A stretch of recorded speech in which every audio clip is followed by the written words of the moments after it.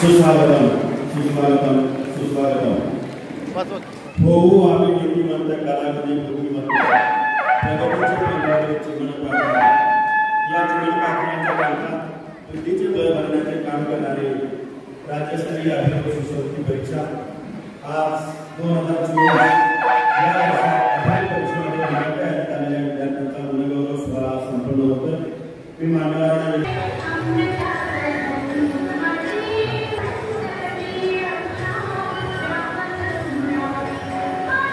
आमचं प्रतीक म्हणून आजच्या या गुणगौरव सोहळ्याची सुरुवात आपण 3 प्रकरणांनी करतो.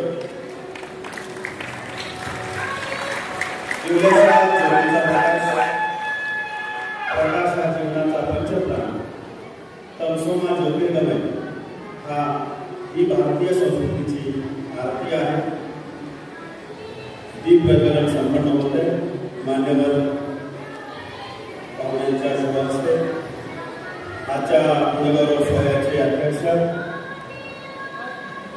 कर्मवीर भाऊराव पाटील विद्यापीठ साताऱ्याचे कुलगुरू सन्माननीय डॉक्टर ज्ञानदेव मस्के, आजचे प्रमुख व्याख्याते माजी प्राचार्य रवींद्र येळे सर, त्याबरोबर सहाय्यक जिल्हाधिकारी सन्माननीय ओंकार गुंटे साहेब, उपशिक्षणाधिकारी जिल्हा परिषद सातारा सन्माननीय रवींद्र खंदारे साहेब, त्याचबरोबर मधुसूदन दादा मोहिते पाटील, अरुण माने सर, नंदकुमार माने पाटील आणि साप्ताहिक पुस्तकाचे संपादक दत्तात्रय जाधव या सर्व मान्यवरांच्या उपस्थितीमध्ये 3 प्रकरण संपन्न झाले. मान्यवरांना विनंती आपण व्यासपीठावरती येऊन स्थानापन्न व्हावं.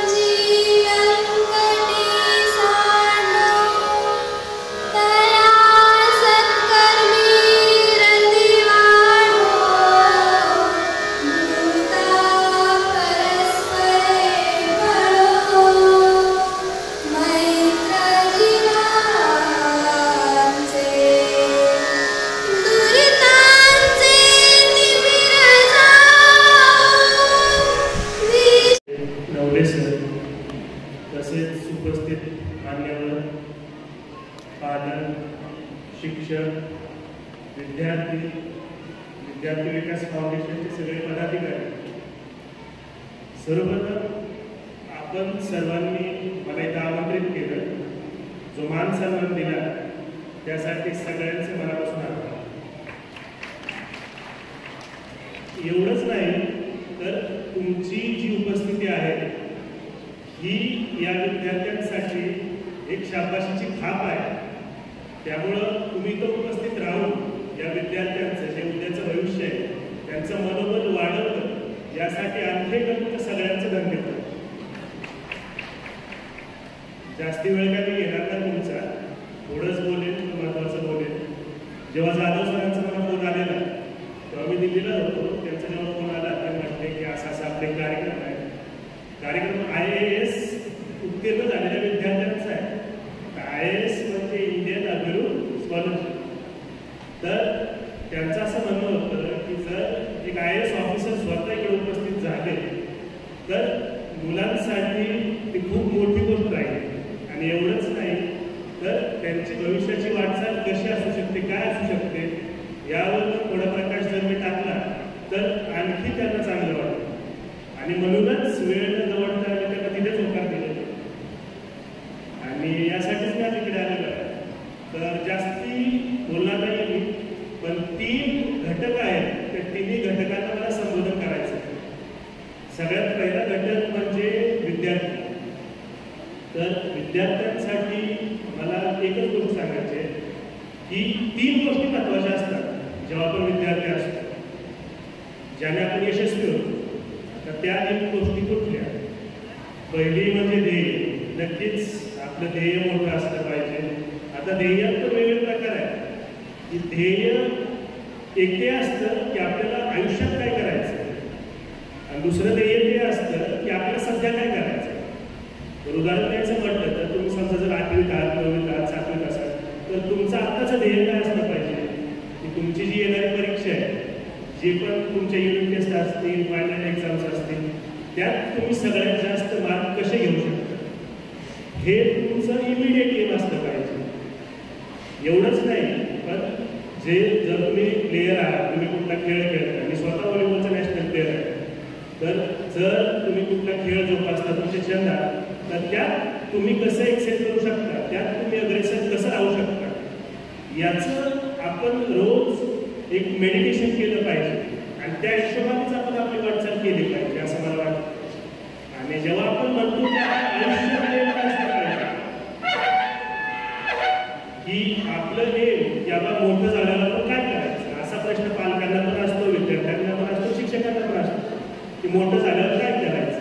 तर ठीक आहे, तुमचे ध्येय काही असू शकतात. तुम्ही IAS बनण्याचं स्वप्न घेऊ शकता, किंवा तुम्हाला आमदार खासदार बनायचं असेल ते बना, परत ते राहिलं तुम्हाला डॉक्टर बनायचं असेल, इंजिनियर बनायचं असेल, वकील, किंवा सगळ्यात महत्त्वाचं तुम्हाला शिक्षक जरी बनायचं असेल, तरी एक गोष्ट फक्त लक्षात ठेवा की आपलं जे पण ध्येय आहे त्या ध्येयाने जास्तीत जास्त लोकांना आपण कसं उजागर करू शकतो, त्यांची उद्या किंवा त्यांची उद्याची सकाळ आपण कशी चांगली करू शकतो, हे आपल्या मनात असलं पाहिजे. त्यामुळं तुमचं ध्येय काही असो, तुमचं अल्टिमेट एम हे लोकसेवा आणि देशसेवा हेच असलं पाहिजे. दुसरी गोष्ट जी महत्त्वाची आहे ती म्हणजे कष्ट. ध्येय झालं तर नुसतं ध्येयाने काय होत नाही, ध्येयाला कष्टाची साथ महत्त्वाची असते आणि हे कष्ट तुम्हालाच करायचं. कष्ट फक्त मानसिक नसतं, कष्ट महत्त्वाचं शारीरिक पण असतं. तुम्ही व्यायाम करावा, तुम्ही तुमचा आवडता खेळ खेळावा, एक दिवसातून 1 ते 1.5 तास फिजिकल एक्सरसाइजसाठी तुम्ही दिलाच पाहिजे. कारण एक म्हण आहे, फिजिकली फिट तर मेंटली फिट. त्यामुळेच तुम्ही जर तुमच्या शरीरयष्टीने व्यवस्थित राहिलात तर तुमचा अभ्यास अगदी चांगला होणार आणि त्या हिशोबाने तुमची पुढची वाटचाल आणखी सोपी राहणार. आणि तिसरी आणि सगळ्यात महत्त्वाची गोष्ट म्हणजे शिस्त. आता शिस्त लावायला तुम्हाला पालक आहेत, शिक्षक आहेत, सगळंच आहे, पण सगळ्यात महत्त्वाचं आहे की शिस्त ही तुम्ही स्वतःला लावली पाहिजे. आतापासूनच तुम्ही तुमचे टाइम टेबल बनवलं पाहिजे. बाबा सकाळी उठल्यापासून संध्याकाळी झोपेपर्यंत मी दिवसात काय काय करायला हवं, कसं कसं करायला हवं, आणि हे सगळ्याच विद्यार्थ्यांसाठी लागू. विद्यार्थी जर स्वतः टाइम टेबल बनवू शकत नसतील तर नक्कीच शिक्षकांनी त्यांना मदत केली पाहिजे, पालकांनी मदत केली पाहिजे. पण आयुष्यात डिसिप्लिन खूप महत्त्वाचं आहे. डिसिप्लिन जर नसेल तर तुमचे ध्येय, स्वप्न, कष्ट याला काहीच किंमत नाही. लाखो लोक किंवा करोडो लोक असे लोक दुनियेत आहेत की ज्यांना काहीतरी करायचंय, ज्यांना काहीतरी घडवायचंय, ज्यांना असं काहीतरी करायचंय की त्यांच्या आसपासच्या लोकांचं भलं होईल, पण ते करू शकत नाही का, कारण त्यांची ती शिस्त नसते. त्यामुळं शिस्तीचं पालन हे झालंच पाहिजे असं मला वाटतं. दुसरा महत्त्वाचा घटक ज्यांना मला संबोधन करायचं आहे ते म्हणजे शिक्षक. आता मला स्वतःला पहिलीपासून ते ग्रॅज्युएशनपर्यंतचे सगळे शिक्षक माहिती आहेत ज्यांनी माझ्या आयुष्यावर एक पॉझिटिव्ह इम्पॅक्ट केलेला आहे. गुरुशिवाय शिष्य नाही आणि गुरुशिष्य परंपरेशिवाय आपल्याला कधीच यश मिळू शकत नाही. त्यामुळं शिक्षकांना एक सांगणं आहे माझं की नक्कीच तुम्ही मुलांना शिस्ती लावलीच पाहिजे, तुमचं ते कामच आहे. पण त्या हिशोबाने त्याच्या बरोबरीने तुम्ही प्रत्येक, आता ठीक आहे प्रत्येक मुलाला आपण काय वैयक्तिक वेळ देऊ शकत नाही, आपल्याकडे असेच विद्यार्थी असतात, पण विद्यार्थ्यांचे जे काही डाऊट असतील सगळेच विद्यार्थी वर्गातच तुम्हाला डाऊट विचारणार नाही आणि डाऊट हे कायम अभ्यासाचेच नसतात, बाकीचे पण असू शकतात. त्यामुळे जेव्हा तुम्ही विद्यार्थ्यांना शिस्त लावता त्यासोबत थोडीशी एक आपुलकी जर लावली तर आणखी बदल होऊ शकतो. मी स्वतः त्याचं एक उदाहरण आहे. आजही मी जेव्हा पण येतो किंवा जेव्हाही मला वेळ भेटतो मी माझ्या सगळ्या शिक्षकांना भेटतो, कारण आज ते नसते तर मी इकडे नसतो, हे नक्कीच. आणि तिसरा आणि सगळ्यात महत्त्वाचा घटक म्हणजे पालक. आता प्रत्येक पालकाचं स्वप्न असतं की आपला मुलगा किंवा आपली मुलगी मोठं व्हावं, काहीतरी त्यांना मोठं आयुष्य करून दाखवावं. आपण एवढंच काय म्हणजे पालकांची जी स्वप्न असतात ती ते आपल्या मुलांच्या मुलींच्या विद्यार्थ्यांच्या नजरेतून किंवा त्यांच्या अनुभवातून जगतात. बाबा आता माझं उदाहरण घ्यायचं म्हटलं तर माझ्या ज्या मातोश्री आहेत, माझी जी आई आहे त्यांना आयएस बनायचं होतं, पण ठीक आहे घरची साथ भेटली नाही, अनेक गोष्टी होत्या, ती पण माझी डोळ्यात टॉपर होती जाऊन, तर तिला हलकी साथ भेटली नाही, त्यामुळे तिला आयएस बनता आलं नाही. तर तिची खूप इच्छा होती की आयएस बनायचं. आता तिचं ते स्वप्न ती माझ्या रूपाने जगत आहे. त्यामुळे प्रत्येक पालकांना नक्कीच असं वाटतं की बाबा आपली मुलं, आपले विद्यार्थी किंवा जे पण असतील आपण ज्यांना लळा लावतो त्यांनी मोठं व्हावं. पण यासोबत त्यांनी आणखी एक गोष्ट मनात ठेवली पाहिजे की प्रत्येक वेळी तुमची स्वप्न जी आहेत तीच तुमच्या मुलांची स्वप्न असतीलच असं नाही. ठीक आहे, जर तुमची मुलं तेवढी मॅच्युअर असतील, त्यांना म्हणजे जर एक अनुभव असेल किंवा त्यांना माहिती असेल, आपल्याला जर त्यांना एक अंदाज आलेला असेल की आपल्यासाठी योग्य काय आहे, अयोग्य काय आहे, तर तुमची स्वप्न त्यांच्यावर लागू नका. त्यांची जी काही स्वप्न असतील ती कशी पूर्ण होतील याच्यासाठी तुम्ही मदत करा. हां, पण जर ती कन्फ्युजच असतील किंवा मी स्वतः कन्फ्यूज होतो की 12 नंतर करायचं एवढंच काय, माझं ग्रॅज्युएशन झालं तरी मी ठरवलं नव्हतं करायचं, पण एक घरच्यांनी मला एक वाट दाखवली, एक दिशा दाखवली की बाबा असं असं आहे, तो असं असं करू शकतो, तेवढी धर्म तुझ्यामध्ये आहे. तर हा जेव्हा घरचे कॉन्फिडन्स दाखवतात याच्यामुळंच अशक्य असणारी गोष्ट पण शक्य होतं.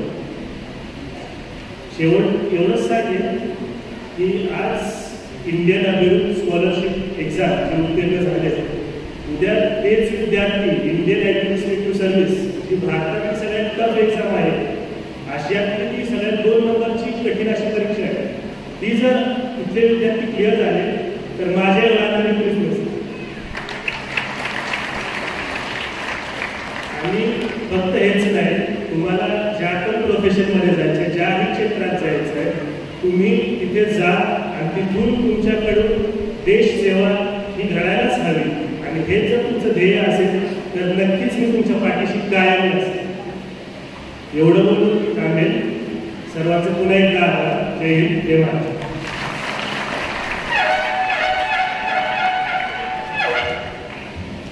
धन्यवाद सर. आपलं प्रेरणादायी मार्गदर्शन नक्कीच सर्व विद्यार्थ्यांसाठी मार्गदर्शनपर आहे. आणि भैयासाहेब, अध्यक्ष वसंतदादा पाटील शिक्षण संस्था अहमदपूर यांचं स्वागत आणि सत्कार करण्यासाठी मी विकास पवार सर आणि रुपेश जाधव सर आपल्यास विनंती करते की आपण माननीय श्री सुनील माने भैयासाहेब यांचं स्वागत करावं.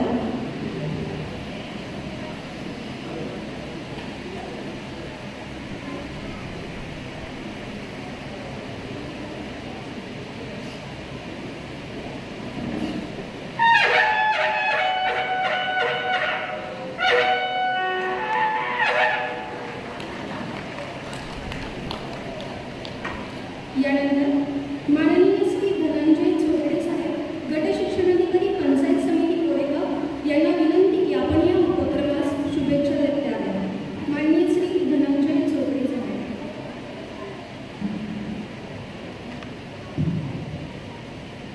नमस्कार सर्वांना.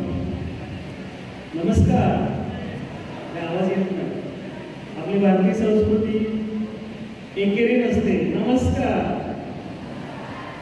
आता कसं महाराष्ट्र जागा झाल्यासारखं वाटतं. इंडियन अभिरूप स्कॉलरशिप अर्थात IAS राज्यस्तरीय भारतीय अभिरूप शिष्यवृत्ती परीक्षा या परीक्षेच्या गुणगौरव सोहळ्यासाठी व्यासपीठावर उपस्थित या कार्यक्रमाचे अध्यक्ष आदरणीय डॉक्टर ज्ञानदेव मस्के सर, प्रमुख पाहुणे यांनी आताच तुम्हा सर्वांना मार्गदर्शन केलं असे श्री मुकार डोंगे सर, सहाय्यक जिल्हाधिकारी. या कार्यक्रमाचे आदरणीय व्याख्याते ज्यांना ऐकण्यासाठी आपण सर्वजण उत्सुक आहोत, आतुर आहोत, आदरणीय प्राचार्य रवींद्र येवले सर, मानेसाहेब, त्याचबरोबर सर्वच व्यासपीठावर उपस्थित असणारे मान्यवर, समोर बसलेले आपण विविध जिल्ह्यांमधून तालुक्यांमधून आलेले सर्व पालक, शिक्षक, मार्गदर्शक आणि ज्यांच्यासाठी हा कार्यक्रम आहे असे सर्व यशस्वी विद्यार्थी मित्र ज्यांनी हा कार्यक्रम आयोजित केला ते रुपेश जाधव सर, त्यांची संपूर्ण टीम. सर्वप्रथम मी कोरेगाव तालुका शिक्षण विभाग ते शिक्षण अधिकारी या नात्याने राज्यभरातून आलेल्या सर्व विद्यार्थ्यांचं जे गुणवत्ताधारक झालेले त्यांचं मनपूर्वक अभिनंदन करतो. माझ्या तालुक्यामध्ये तुम्ही आलेला आपण त्यावेळेला सर्वांनी एकत्रित अभिनंदन करूया आणि त्यांच्या पुढील भवितव्यासाठी खूप खूप शुभेच्छा देतो. आपल्या सर्वांना आदरणीय एवढे सरांना ऐकायचं आहे, परंतु तालुक्याच्या वतीने 2च मिनिटांमध्ये मी फक्त लहान मुलांसाठी शुभेच्छा देण्यासाठी उपस्थित नाही होत आहे. जास्त काही न सांगता कवी गुरु ठाकूर आपल्याला सगळ्यांना माहिती आहे. त्या गुरु ठाकूरांची एक कविता आहे, ती एक कविता फक्त मुलांसाठी वाचून दाखवतो, पालकांसाठी पण. कवी गुरु ठाकूर या कवितेमध्ये असं म्हणतात, असे जगावे दुनियेमध्ये आव्हानाचे लावून अत्तर, असे जगावे दुनियेमध्ये आव्हानाचे लावून अत्तर, नजर रोखुनी नजरेमध्ये आयुष्याला द्यावे. नको गुलामी नक्षत्रांची, भीती आंधळ्या ताऱ्यांची, नको गुलामी नक्षत्रांची, भीती आंधळी ताऱ्यांची, आयुष्याला भिडता नाही चैन करावी स्वप्नांची. असे दांडगी इच्छा ज्याची, मार्ग त्याला मिळती सक्कर, नजर रोखुनी नजरेमध्ये आयुष्याला देऊ.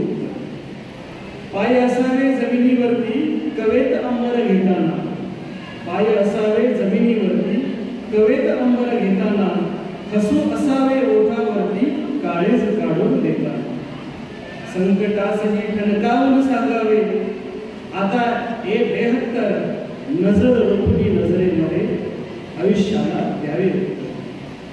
करून जावे असेही काही दुनियेतून या जाताना, करून जावे असेही काही दुनियेतून या जाताना, गहिवर यावा जगास साऱ्या निरोप शेवटचा देताना. स्वर कठोर त्या काळाचाही क्षणभर भावा कातर कातर, नजर रोखुनी नजरेमध्ये आयुष्याला देऊ. विद्यार्थी मित्रांनो, एका या गुरु ठाकूरांच्या काव्यपंक्तीमध्ये आयुष्याचा संपूर्ण सार दडलेला आहे. जास्त न बोलता या सारातून विद्यार्थ्यांना मी एवढं सांगतो, आयुष्य अशा पद्धतीनं जगा या ज्या 4 ओळी तुमच्या समोर सादर केलेले आहेत. दुसरी डॉक्टर APJ अब्दुल कलाम साहेबांनी आपल्या सर्वांना विजन 2020 दाखवलेलं होतं.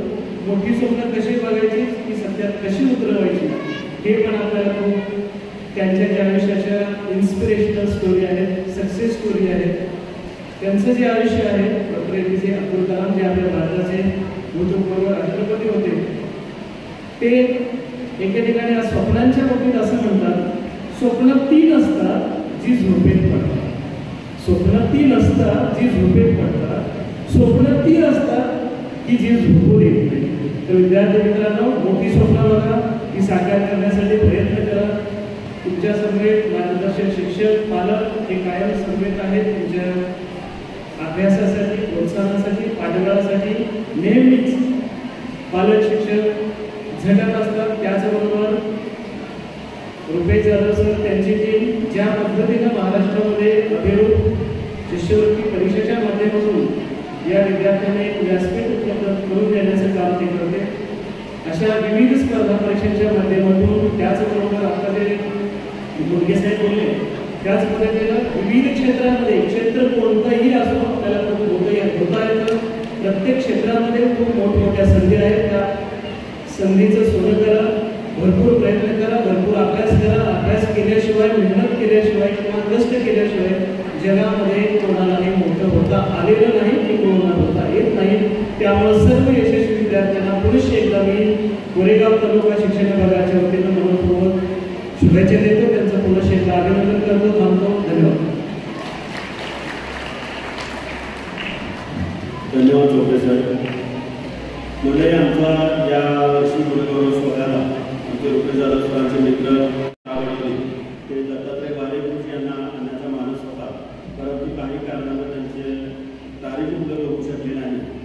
पाहता सध्या ते पुन्हा जालिंदरनगर तालुका खेड जिल्हा पुणे या ठिकाणी कार्यरत झालेले आहेत आणि ती जालिंदरनगरची शाळा देखील त्यांनी बाबेवाडीसारखीच बनवली आणि म्हणून त्यांना येणे शक्य नव्हतं म्हणून मसुगडे सर जालिंदरनगर शाळेचे मुख्याध्यापक यांना त्यांनी आपला प्रतिनिधी पाठवलेला आहे.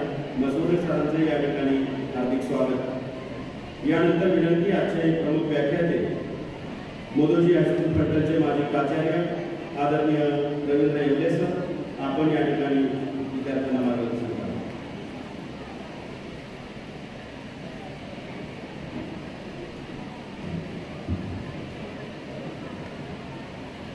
आजच्या कार्यक्रमाचे अध्यक्ष, व्यासपीठावरील सर्व मान्यवर आणि या कार्यक्रमासाठी उपस्थित असणारे पालक, शिक्षक आणि विद्यार्थी बंधू भगिनींनो, मित्रांनो, वेगळा विचार करण्याची क्षमता ज्याच्याजवळ असते तोच गणित शिकायला पात्र असतो आणि त्यामुळं हा वेगळा विचार करण्याची क्षमता ज्यांच्याकडे होती, ज्यांनी तशा प्रकारचा विचार केला, अशांचं चरित्र अभ्यासणे हे मुलांना तुमचं काम आहे. कारण त्याच्यासाठी तुम्ही तुमची बुद्धी वापरली पाहिजे. आज तुम्हाला खूप मोठं यश मिळालं, पण हे यश मिळताना इथल्या संयोजकांनी तुमच्या डोक्याला फेटा बांधलाय, पायाला फेटा बांधला नाही. कारण तुमचं डोकं तसं काम करते म्हणून त्याला फेटा बांधलेला आहे. मुलांना त्याचा मान ठेवणं हे तुमचं काम आहे. अशी वेगळा विचार करणारी मंडळी जगात खूप आहे. खरं मला तर अशी खूप जण आढळली. मी 6वीच्या वर्गात असा एंट्री केली आणि मुलांनी मला वर्गात गेल्या पाऊल टाकल्या म्हणले, गुड मॉर्निंग सर, गोष्ट सांगा. आणि म्हणजे मला वर्गात तरी येऊ द्या. ते म्हणले नाही, गोष्ट सांगणार असेल तरच आम्ही गुड मॉर्निंग, आणि खाली बसणार नाही तर नाही बसणार. म्हटलं गोष्ट सांगतो, पण माझं एक उदाहरण सोडवायचं. ते म्हणले सांगा, लगेच सोडवतो. मुलं कितवीची? 6वीची. त्यांना मुलांना सांगितलं, मुलांना 10 अधिक 3 बरोबर किती?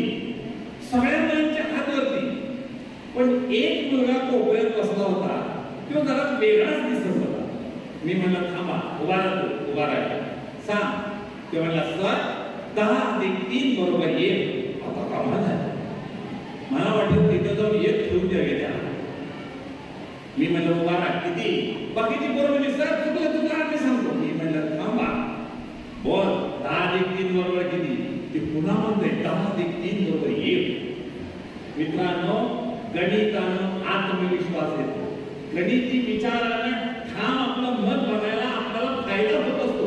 मी त्याला सांगितलं कसं रे 10 अधिक 3 बरोबर आहे? म्हणलं सांगतो की. वर्गात मला म्हणला. मी म्हटलं कसं काय सांगतो? म्हणला सर मी त्याला साखरवाडीला सर्व्हिसला होतो. साखरवाडीवरनं पुण्याला जायला किती वेळ लागतो एसटीनं? त्यानंच मला प्रश्न विचारला. मी म्हणलं 3 तास लागतात. मग म्हणला सर तुम्ही जर साखरवाडीच्या स्टँडवर 10 वाजता एसटीत बसला तर पुण्याला किती वाजता उतरणार? म्हणलं 1 वाजता उतरणार. म्हणजे 10 अधिक 3 बरोबर 1 झालं का नाही? आता कमाल झाली. म्हणजे नाही घड्याळीने त्याचा विचार केला होता. हा वेगळा विचार करणारा मुलगाच ह्या देशाचा खऱ्या अर्थानं बुद्धिमत्तेचा पाईक असणार आहे. यांना फळ देणं हे खरं तर या परीक्षेचं काम आहे. मुलांनो, असं उदाहरण सोडवताना तुम्ही असा वेगळा विचार करायला पाहिजे. एकदा वर्गात गेलो, वर्गात मुलांनो 1 अधिक 2 अधिक 3 बरोबर किती? बरोबर 1 अधिक 2 3 3 6. लगेच 6 मिळाले. शाबास. आणि मग मुलांनो 1 अधिक 2 अधिक 3 अधिक 4 अधिक 3 अधिक 99 अधिक 100 बरोबर किती? आता अधिक अपेक्षा आहे.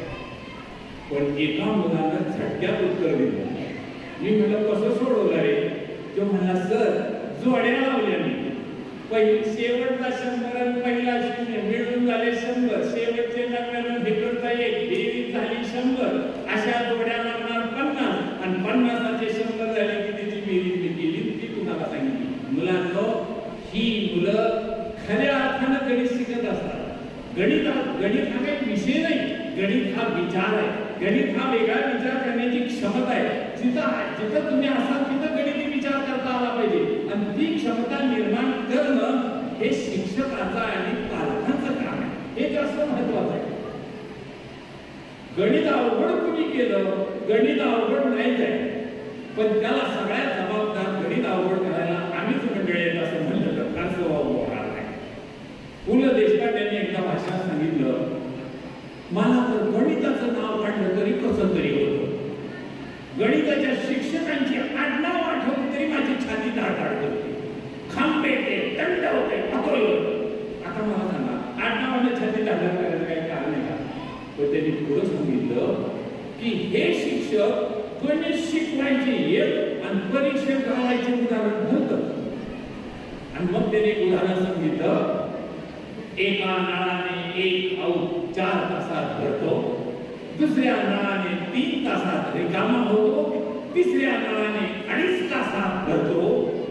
तिन्ही नळ सोडले तर आऊट भरे का मोकळा होईल, भरला तर किती वेळात भरेल, मोकळा झाला तर किती वेळात मोकळा होईल. पु ल देशपांडे पुढे म्हणले, असलं उदाहरण ऐकल्यानंतर आमच्या डोक्यात फक्त एकच विचार यायचा, त्याच्यापेक्षा तो हाव फुटून का जात नाही.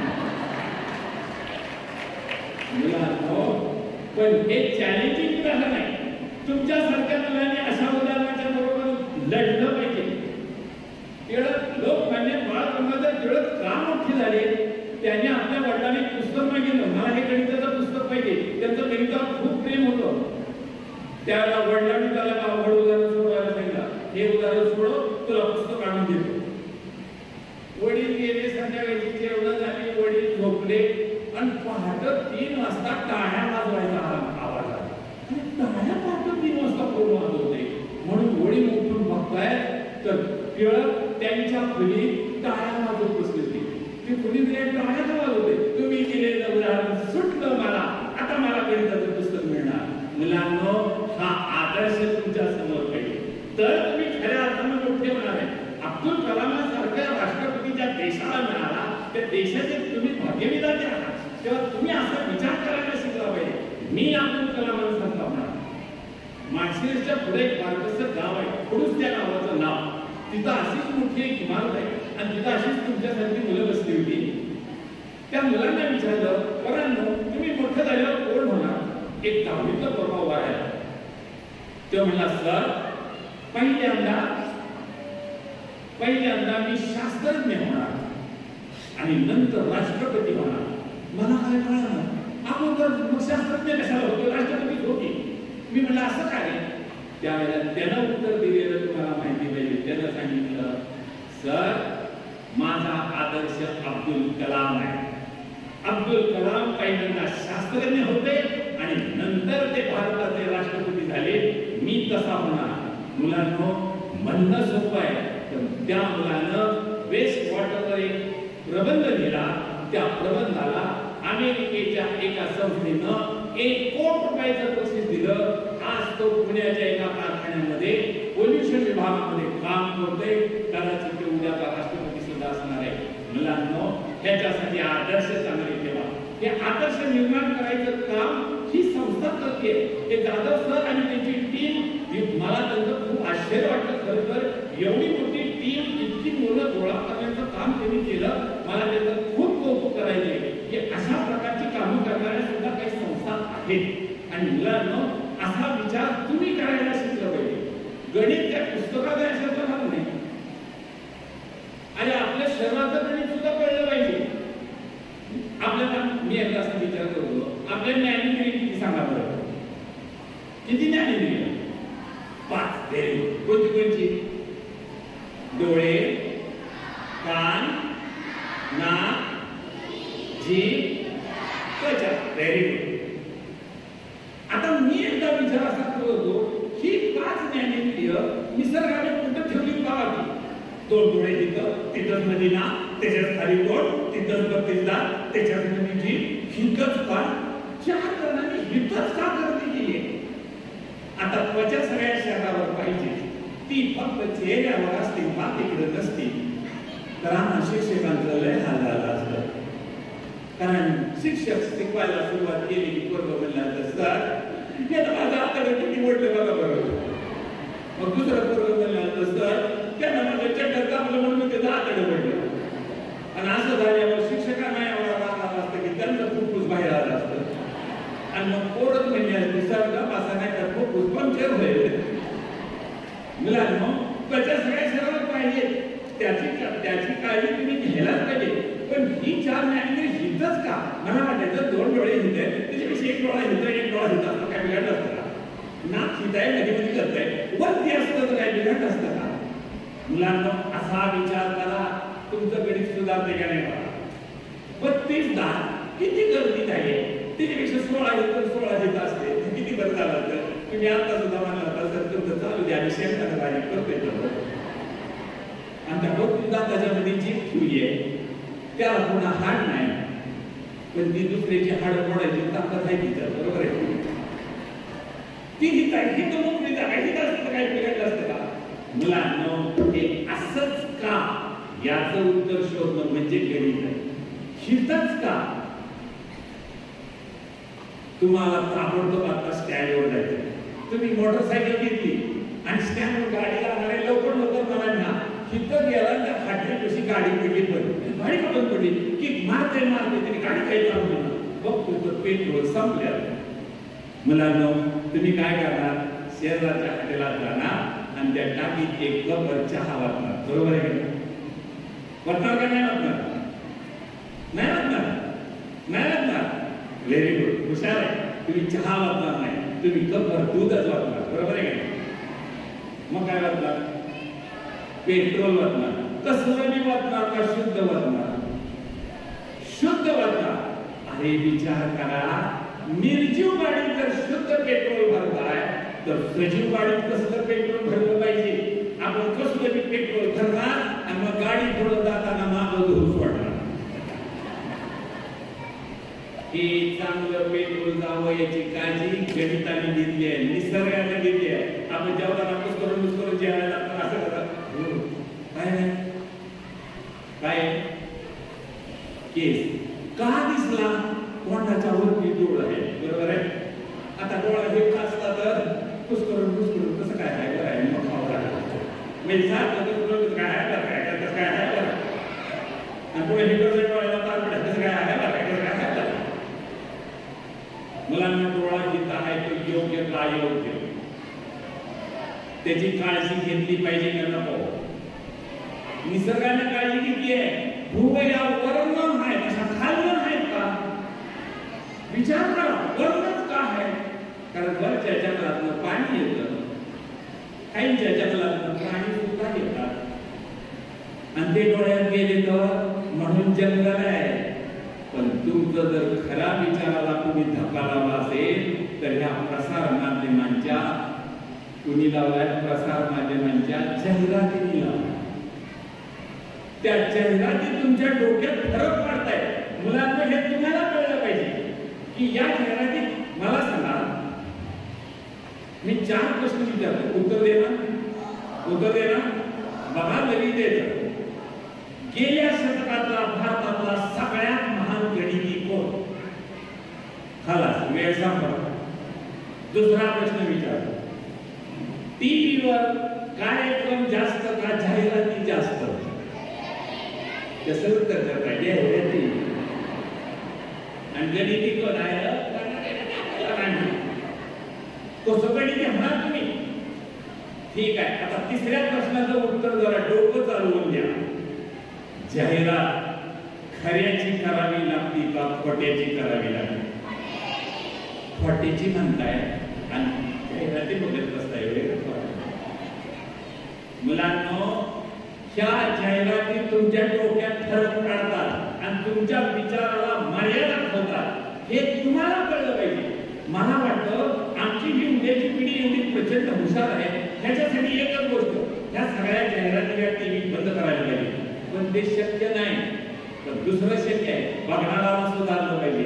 म्हणून तर असे कार्यक्रम तुमच्या दृष्टीनं फार महत्वाचे आहेत की तुम्हाला सुधारलं पाहिजे, बघणाऱ्याला सुधारलं पाहिजे, आई वडिलांना कळलं पाहिजे, पालकांना कळलं पाहिजे, शिक्षकांना कळलं पाहिजे की ह्या मुलांना आपण काय दिलं पाहिजे. मुलांना एवढं करून घास इथं गेला की आपण म्हणतो आय वेटला. कशामुळे कळला? नाकामुळे. कारण घास पडतात त्याच्या अगोदर वाचता करतात. तिथे इन्स्पेक्टर बसलेला असतो, तो मोबाईलवर मेंदूला बोलतो, हॅलो मेंदू. मेंदू म्हणतो बोल बंधू. बंधू म्हणतो वाचले गाडी की मेंदू फॅक्स ना हाताला पडतो, खाली टाक घास त्या घास खाली. जर हे असतं तर पुस्तकं कसं काय आहे बरं आहे मग खावं लागलं असतं आणि पुन्हा इथं नेलेला मास घट्ट असला तर बरा पातळ असला तर हिकडो नाला असतं मुलांना नातीचं आहे ते योग्य काय योग्य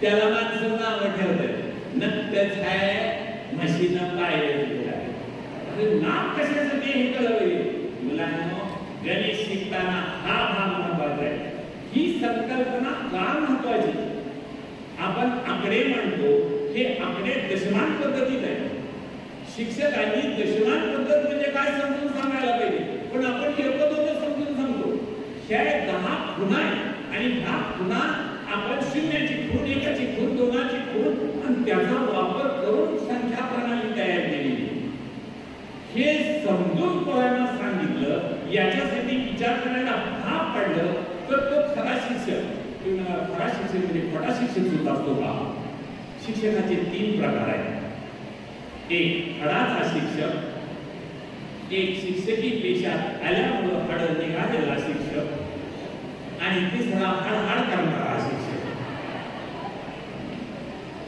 जो हडाचा शिक्षक असतो तो गणित हे असं का याचं उत्तर देतो मुलांना नंतर घेऊन इथं ठेवायचा बारीक करायचा पुन्हा त्याच्यावर लाट टाकायची असं करायचं पुन्हा हितनं उचलायचा हिथं ठेवायचा कसा काय बरा आहे हितनं उचलायचा तोंडात टाकायचा तोंडातला भाषात आपोआप जातो का ढकलावा लागतो कोण ढकलतं जीभ आणि जीभाला बाहेर बसवलं असेल तर जेवताना आपल्याला एक गुळगुळीत तांडकं घेऊन जेवायला बसावं लागलं असतं आणि मग तोंडात राग असलेला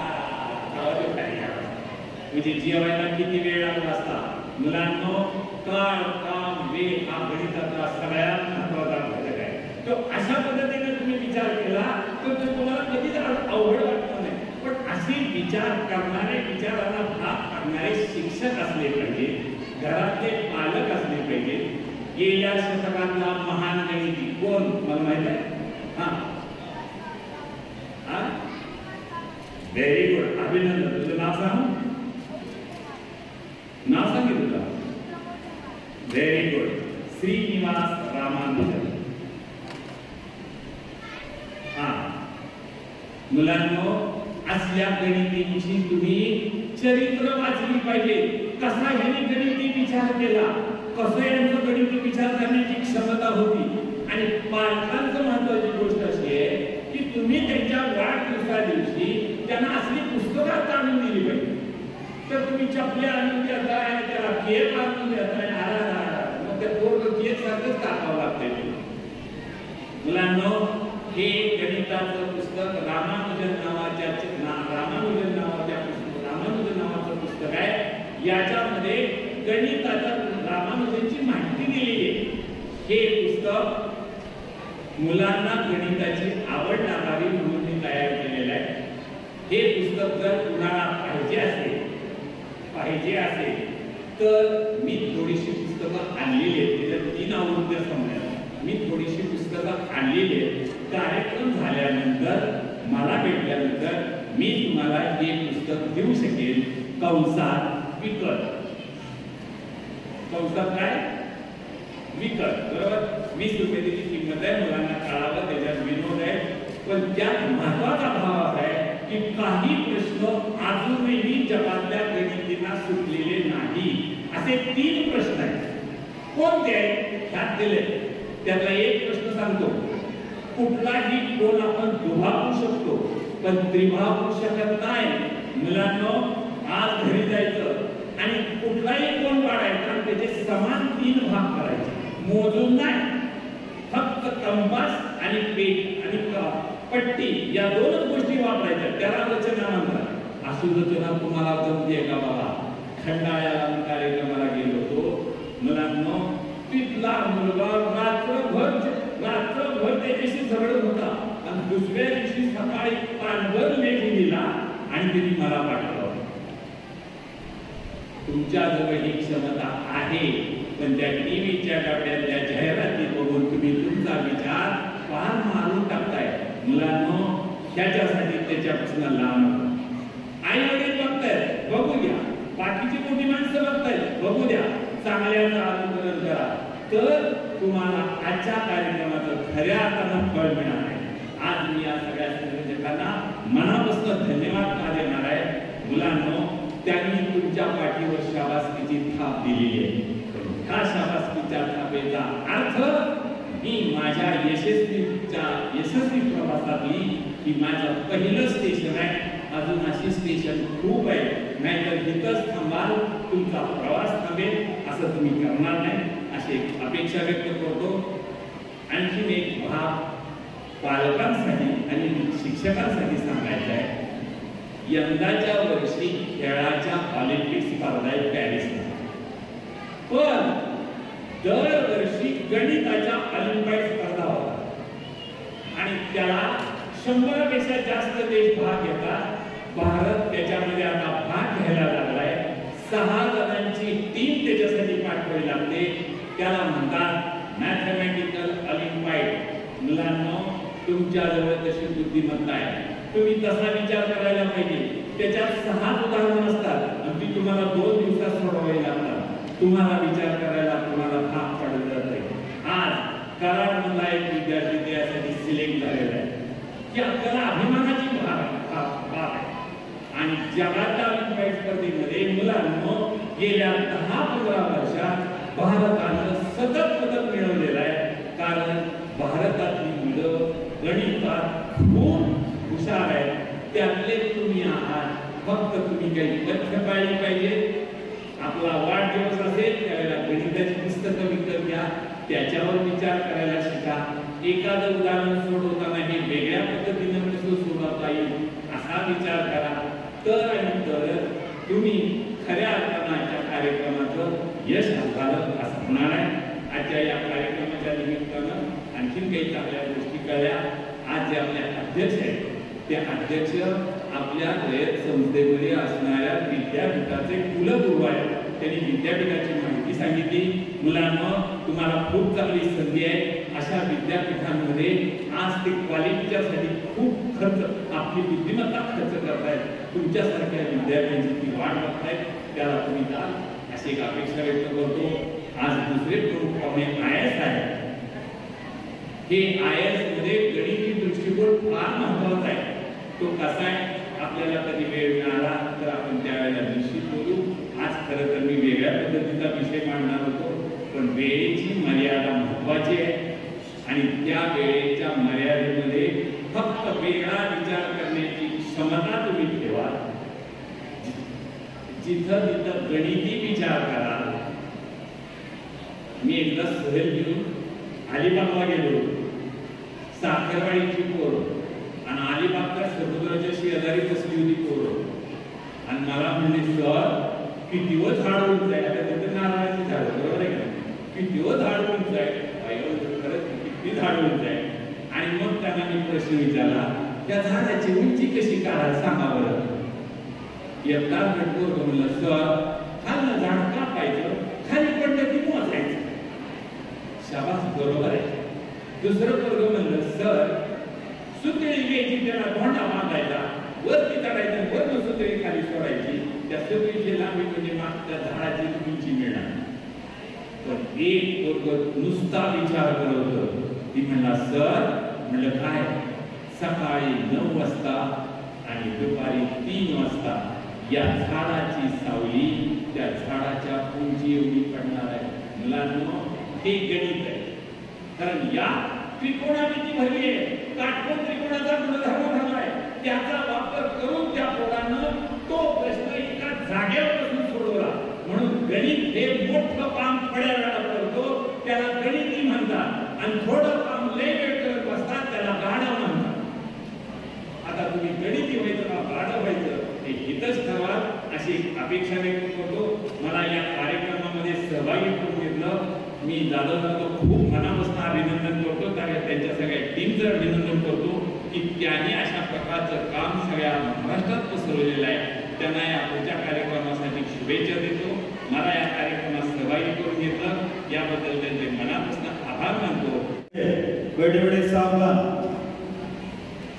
यानंतर विनंती त्यामुळे भाऊराव पाटील विद्यापीठाचे कुलगुरू आदरणीय ज्ञानेश्वर मस्के सरांना आपण या ठिकाणी आपलं अध्यक्षीय मंडळ व्यक्त करा.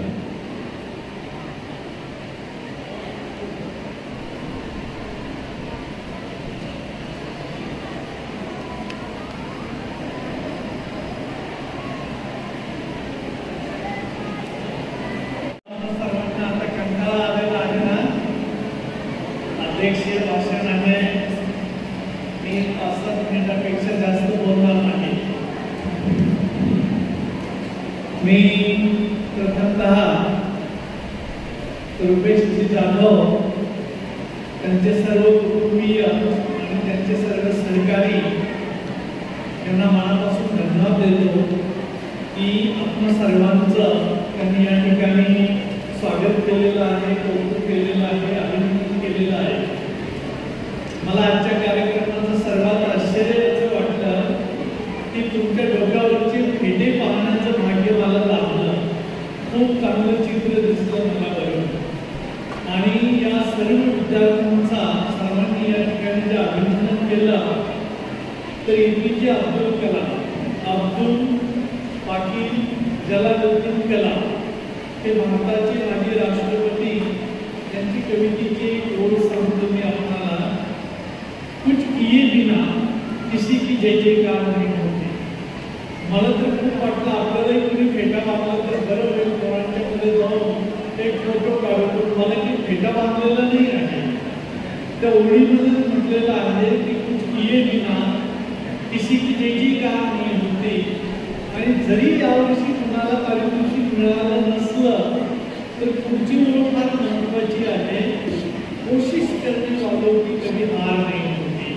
म्हणजे यावर्षी मिळालं नसेल तर पुढच्या वर्षी आपल्याला ते पारितोषिक नक्की मिळेल.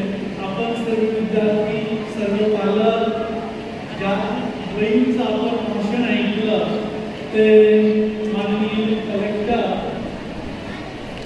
ते ओंकारजी गोडके ज्यांनी गणिताबद्दल आपल्या मनामध्ये खूप उत्सुकता निर्माण केली. मला तर वाटतं आपणच आता एवढे सरांच्याकडे जाऊन गणित शिकावं. ते माननीय प्राचार्य एवढे सर या कार्यक्रमाच्या निमित्ताने या ठिकाणी उपस्थित असलेले मान्यवर माननीय श्री धनंजयजी चोपडे, माननीय श्री रवींद्रजी कुंभारे, माननीय श्री मधुसूदन गवते पाटील, माननीय श्री सुनीलजी माने, व्यासपीठावर उपस्थित असलेले माननीय श्री नंदकुमार माने पाटील, माननीय श्री अरुण माने पाटील, या कार्यक्रमाच्या निमित्ताने उपस्थित असलेले सर्व पालक बंधू आणि भगिनींनो. आता या ठिकाणी एवढे सरांना तुम्हाला मुली सांगितलं ना गणिताचं, तर आता आपली ही जी परीक्षा झाली त्यामध्ये मी आपल्याला एक बाब सांगतो. त्यांचा शेवटचा संदेश आहे. तो संदेश फक्त पुढे घेऊन जातो. ती वेगळ्या पद्धतीने विचार करा, वेगळ्या पद्धतीने विचार करा. मी एका शाळेमध्ये गेलेलो होतो, प्राध्यापक होतो तेव्हा. आणि आपण विज्ञान जे काही परिषद असते किंवा वेगवेगळे प्रकल्प आपण करतो ते प्रकल्प मुलांना त्या शाळेमध्ये ठेवलेले होते. आणि मी परीक्षक म्हणून एक मुलांचा तो प्रकल्प पाहत होतो किंवा प्रोजेक्ट पाहत होतो. सर्वांचे प्रोजेक्ट एकदम उत्तम होते. म्हणजे कुणीतरी काहीतरी एखादं इन्स्ट्रुमेंट बनवलेलं होतं, काही होतं. पण एक मुलगा आला होता खेड्यावरचा आणि त्या खेड्यावरच्या मुलाच्या हातामध्ये एक मडकं होतं छोटंसं आणि त्या मडक्यामध्ये एक वेली होती. ती गेल्यानंतर तो मुलगा म्हटला की सर इकडे या, इकडे या. मला असं वाटतं असं म्हणत असेल तर म्हटलं येतो मी थोडं थांब म्हटलं. म्हणजे जातो की नाही म्हणून त्याला खूप घाई झाली. त्याने माझा शहर म्हटलं या म्हटलं इकडं. कोणी बघतच नाही म्हटलं माझं काही. तर म्हटलं पाहतो सांग काय पाहायचं आहे. त्याने सांगितलं की या वेलीला हात लावा. मी हात लावला आणि त्या वेलीचे 6 पानं असे मिटून गेले. ते मिटून गेल्यानंतर त्या मुलाने मला विचारलं की सर काय झालं. तर मला माहिती होती ती लाजाळूची वेली होती. म्हटलं की वेली लाजली. मुलगा काय म्हटलं प्रति महत्वाचं आहे, तो म्हटलं कुणाला लाजली. आता मात्र माझ्या डोक्यात प्रकाश पडला की हे सामान्य पात्र नाही. मी त्याला सांगितलं की वेली लाजली ही खरं आहे, पण लोक तुला म्हणून लाजली असतात. तो म्हटला अजिबात नाही, त्याने दुसरी वेली काढली, तिला हात लावला, ती लाजलीच नाही. मला सांगितलं पुन्हा तुम्ही हात लावा, मी लावला तर पुन्हा लाजली. मिळालं म्हटलं उत्तर, वेली मला लाजत नाही, तुम्हालाच लाजते नाही वाटतं. आणि मला सांगा म्हटलं की ती लाजतेच का, वेली का लाजते. मी तरी जीवशास्त्राचा शिक्षक आहे, आयुष्यभर जीवशास्त्र शिकवलं, कधी विचारच केला नाही की वेली का लाजते ते. या मुलाच्या डोक्यात जो विचार आला ना, वेली का लाजते, तेच आता आपल्याला योग्यपणे सांगितलं. फार महत्वाचं आहे. वेली लाजण्याचं कारण आहे रासायनिक कारण आहे. त्या वेलीने ती शिकून घेतलं, त्या मुलाच्या मनामध्ये कशा प्रकारचा विचार यावा हे शिक्षणाचं खरे यश आहे. मी आपण सर्वांना विनंती करेन, शिक्षकांना, पालकांना, विद्यार्थ्यांना, आपण वेगळा विचार करा आणि वेगळा विचार करण्याचा आपल्या विद्यार्थ्यांना शिकवावा. मी तुम्हाला एक बाब सांगतो. तुम्ही हत्ती पाहिलेला ना, हत्ती हा प्राणी एकदम वेगळा आहे, एकदम वेगळा आहे. हत्ती लाकडं खातो, ते पचवतो. हत्ती अनेक गोष्टी पचवतो. हत्तीला एकच गोष्ट पचत नाही. हत्तीने जर कवठाची फळं खाल्ली तर कवठाच्या फळाच्या आतमध्ये जो गर असतो तो गर हत्तीला पचतो मुलांना, पण त्याची जी कवट आहे, त्याची जी साल आहे किंवा कवच आहे ते मात्र पचत नाही. तर आपण विचार केला पाहिजे की हत्ती जर लाकडं पचवतो तर कवठाची जी साल का पचत नाही, ती का पचत नाही, त्याचं रासायनिक उत्तर तुम्ही शास्त्रज्ञ झाल्यानंतर शोधून काढायचं. ही गोष्ट मात्र नक्की आहे की हत्तीला ती पचत नाही. हत्तीच्या शेणामध्ये आलेलं लोक आपल्या हाताला लागलं आणि आपण ते फोडलं घेण्यासाठी, तर त्याच्याकडे फक्त हत्तीचं सेन मिळतं. मी एका शाळेत गेलेलो होतो, तर शाळेमध्ये 3 फोटो लावलेले होते. पहिला फोटो होता अर्थातच कोपर्निकस यांचा. तर मी म्हटलं की हा फोटो कशाला लावलेला आहे इथं. तर कोपर्निकस नावाचे शास्त्रज्ञ जन्माला येण्याच्या पूर्वी प्रत्येकाला असं वाटायचं की पृथ्वी सपाट आहे आणि पृथ्वीच्या भोवती सूर्य फिरतो आहे. कोपर्निकस तसे नव्हते. आता जे योगेश्वरांनी सांगितलं ना, सावलीवरनं वेळेवरती किंवा वेळेवरनं सावली किती पडेल हे कळतात. तर तुम्ही जेव्हा जॉग्राफी शिकाल त्यावेळेस तुम्हाला साईन थिटा, कॉस थिटा ते सर्व कळेल. कोपर्निकसने त्याचा विचार करून सांगितलं की सूर्य पृथ्वीभोवती फिरत नाही, पृथ्वी सूर्याभोवती फिरते का. कोपर्निकसने सांगितलं. तोपर्यंतचे सर्व विचार जे होते ते वैज्ञानिक होते, सिद्ध करता येण्याजोगे नव्हते. त्या अंदाजपत्रचे सांगितलेल्या बाबी होत्या, पण कोपर्निकसने पहिलाच वैज्ञानिक विचार केला म्हणून 1 नंबरचा फोटो त्यांचा होता. 2 नंबरचा फोटो होता की माणसाचं जीवन सुसह्य केलं ते आईन्स्टाईनचं. त्यांचं E=mc². ही किती एनर्जी निर्माण होईल, तर त्या वस्तुमान आणि त्याला जो प्रकाशाचा वेग असतो त्याचा वर्ग याने गुणायचा, एवढी एनर्जी निर्माण होईल. आणि या सूत्रामुळे जगामध्ये, जगाच्या इंजिनिअरिंगमध्ये खूप बदल झालेला आहे. आणि तिसरी जी ट्रेन होती ती ट्रेन मोकळीच होती. तर मी विचारलं की ट्रेन तुटून पडली का, तर म्हणजे नाही पडलेली. मग कुठे ट्रेन इथली, तर त्यांनी सांगितलं की ज्याची ट्रेन लावायची, ज्याचा फोटो लावायचा असा माणूस अजून जन्माला यायचा. आम्ही वाट पाहतो आहे की तो कधी जन्माला येईल. आपली महत्वाची गरज काय आहे, मानव जातीच्या कल्याणासाठी आपली पहिली गरज जर काही असेल तर ती आहे एनर्जी निर्माण करायची, ताकद निर्माण करायची. आपल्याला अनेक प्रकारची एनर्जी लागते का. जर आपल्याला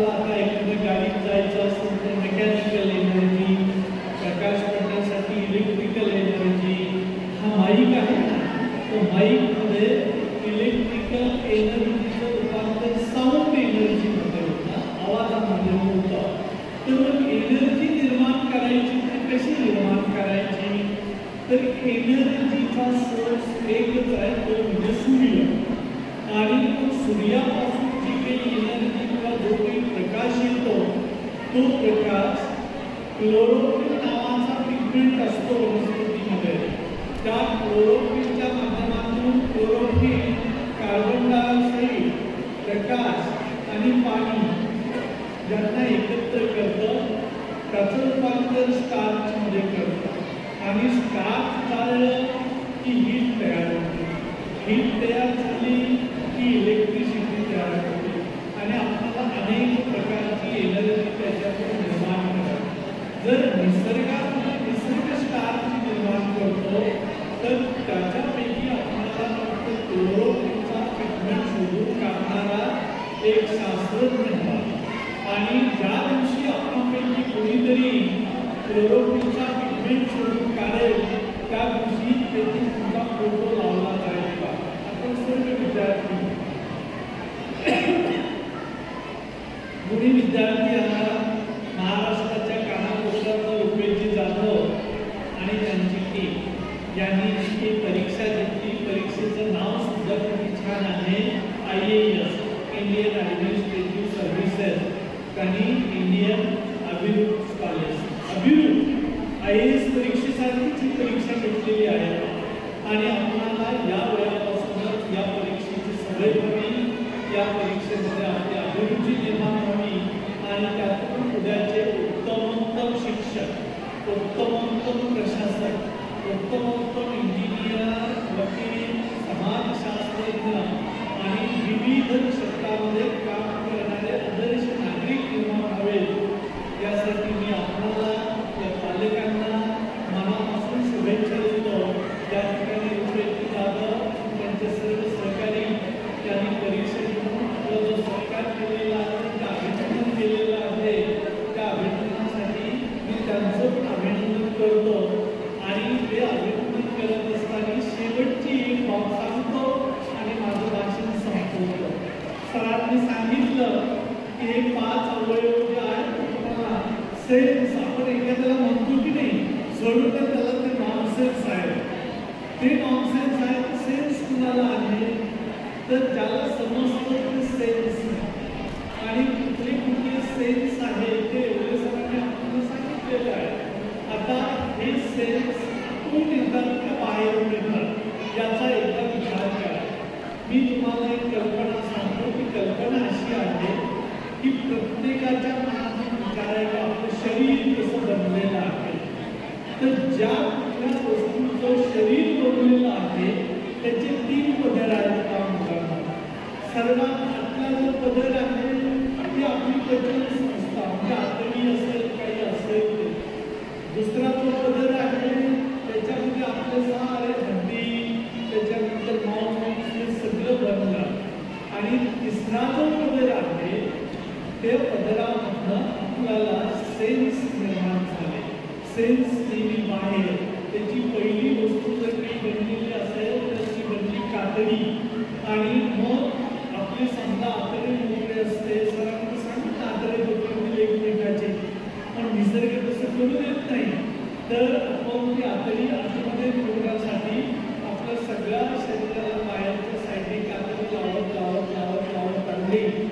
आणि वर आल्यानंतर एखाद्या पोटामध्ये धुंदी भरलं आणि काही कातडी शिल्लक राहिली, मोठं शिल्लक राहिलं तर त्याचा एक गोळा केला तो आतमध्ये आपण ठेवला.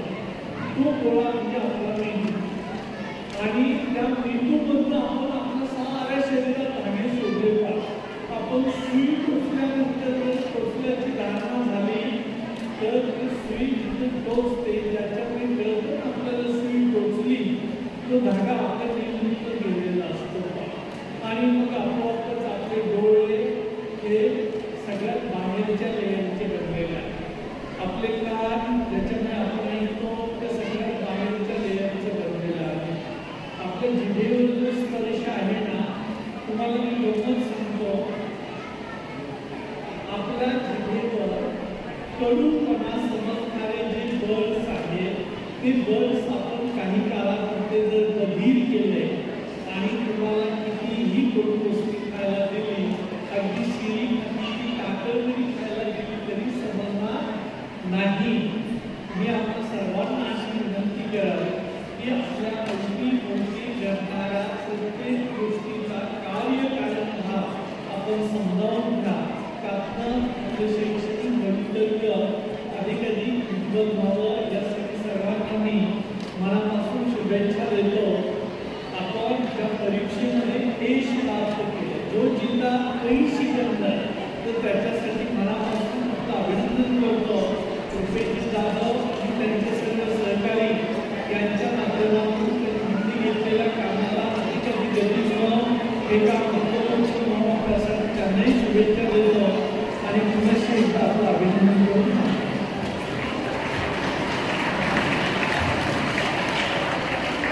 धन्यवाद सर. व्यक्त करण्यासाठी संपादक दत्तात्रय जाधव यांना विनंती करतो की आपण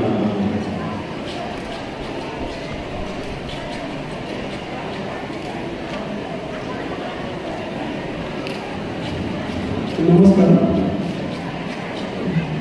ज्याचं नाव ऐकल्यानंतर शर्यत केल्याच्या इकडे निर्णय होतो त्याचा आपण वेगवेगळे बघायला. छत्रपती शिवाजी महाराज की, छत्रपती शिवाजी महाराज की, छत्रपती शिवाजी महाराज की. आज महिमपूर संतांच्या पुण्यनगरीमध्ये अर्जुन परीक्षेला आपण आपण केलेलं आहे.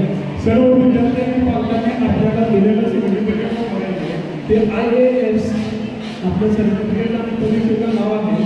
त्याचा अर्थ असा की आपल्याला ह्या कार्यक्रमामध्ये IAS ऑफिसर आपल्याला दिलेच आहे आणि आपल्याला हे सर्टिफिकेट देण्याचा माझा हेतू असा आहे की आपल्यामध्ये सुद्धा निर्माण अशी झाली पाहिजे की आपण पण IAS ऑफिसर बनावं.